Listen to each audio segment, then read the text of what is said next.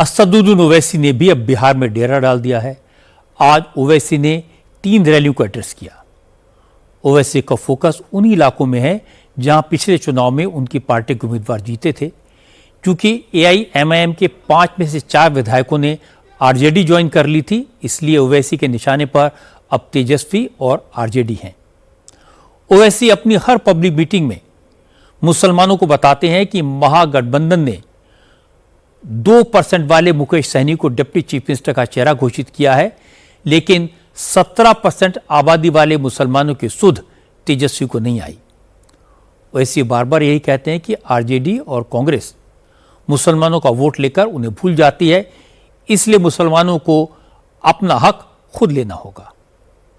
ये बात बिल्कुल सच है कि तुमने 20 साल लालू परिवार को मुख्यमंत्री बनाया, फिर 25 साल में कई मर्तबा उनके बेटे उप मुख्यमंत्री बन गए।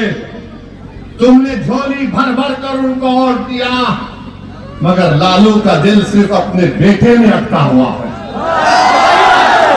एक प्रधानमंत्री का दिल अहमदाबाद में अटका हुआ है, एक नीतीश कुमार का 20 साल से मुख्यमंत्री है, राजगीर में अटका हुआ है, एक राजद का लालू परिवार है, सिर्फ एक ही अपने बेटे में अटका हुआ है। बताओ कहां विकास होगा? तो विकल्प क्या है? विकल्प एमआईएम पार्टी है। आप बताइए, 17% अल्पसंख्यक समाज मुसलमानों की आबादी है और कितने पूरे पार्टी टिकट देते हैं? क्या हाल बना के रख दिया आपने? सिर्फ हमसे वोट ले लेंगे और उसके बाद हमको लाचार और लावारिस करके छोड़ देंगे। तो मैं आपसे अपील करने आया हूं मेरे अजीज दोस्तों और बुजुर्गों, अगर हम इस मुल्क में जमहूरियत को मजबूत करना चाहते हैं तो 6 तारीख के दिन आपसे अपील कर रहे हैं कि आप एक नौजवान को यहां से अपना विधायक बनाकर भिजाइए। ओवैसी की बात सही है कि बिहार में करीब 17% मुस्लिम वोटर हैं। मुस्लिम वोटर्स का असर करीब 70 सीटों पर निर्णायक होता है। सीमांचल के 4 जिले तो ऐसे हैं जहां मुस्लिम वोटर मेजॉरिटी में हैं।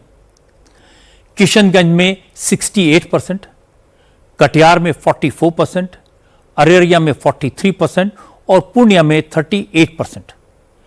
इन 4 जिलों में कुल मिलाकर 24 असेंबली सीटें हैं। चुनाव के नतीजों का विश्लेषण करने वाले बताते हैं कि करीब 76% मुसलमानों ने पिछले असेंबली इलेक्शन में आरजेडी वाले गठबंधन को वोट दिया था, लेकिन एआईएमआईएम वाले ग्रैंड सेकुलर फ्रंट को 11% वोट मिल गए थे। नीतीश कुमार जब बीजेपी के साथ लड़ते हैं तो उन्हें 5 से 6% मुस्लिम वोट मिल जाते हैं। इस साल तेजस्वी के अलायंस ने 30 मुस्लिम उम्मीदवारों को टिकट दिए हैं, जिनमें से 18 आरजेडी से हैं और 10 कांग्रेस से। एनडीए में जेडीयू ने 4 मुस्लिम उम्मीदवारों को मैदान में उतारा है और चिराग पासवान ने 1 को। इस मामले में प्रशांत किशोर एक बंद मुट्ठी हैं। उन्होंने सबसे ज्यादा 32 मुस्लिम उम्मीदवारों को मैदान में उतारा है।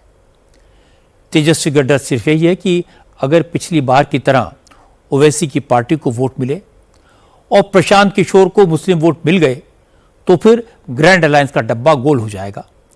इसीलिए अपने मैनिफेस्टो में उन्होंने मुसलमानों से बड़े बड़े वादे किए हैं और यह भी कह दिया कि अगर उनकी सरकार बनी तो बिहार में वक्फ अमेंडमेंट कानून को लागू नहीं होने देंगे।